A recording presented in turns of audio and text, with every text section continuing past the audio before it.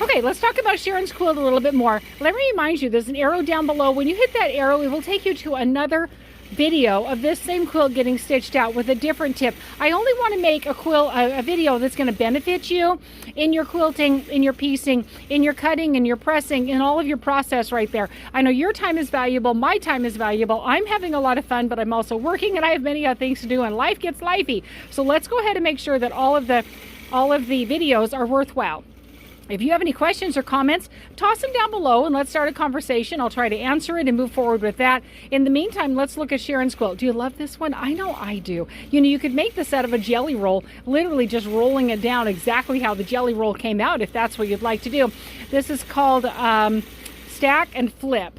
Stack and flip. And so she's got the same design all the way across. You're going 8 inches, about 8 inches, cut them off and turn it the other direction. So it literally just follows the opposite right here on this center-ish row. So let me tell you about some things here. I've removed the quilt clip right here. You might be wondering why. Well, because I'm going to show you the pressing job. Actually, we're going to switch this over. Since she's moving this direction, we're going to switch it over, and I'm going to move this one over on this side.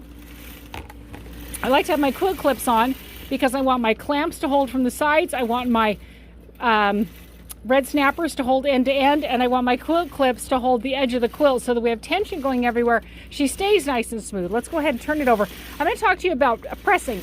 When you press your quilt, my friends, there are several options you're going to want to consider. You can press your seams open. You can nest them. You can press them flat. When you have thick areas, you're going to want to divide those and press them in maybe in a circular fashion. So we have options. Right here, she's got her stitch and flip design, and so these all can be pressed the same direction, nice and flat.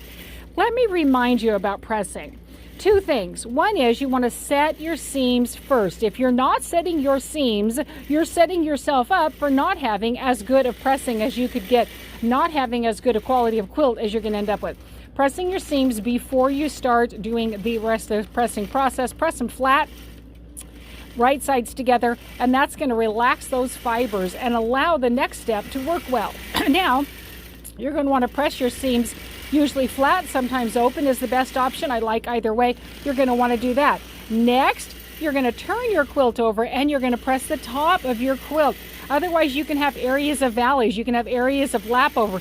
You can have areas that suck underneath. Nobody wants to have that. My honey can stitch over them. We don't want that happening.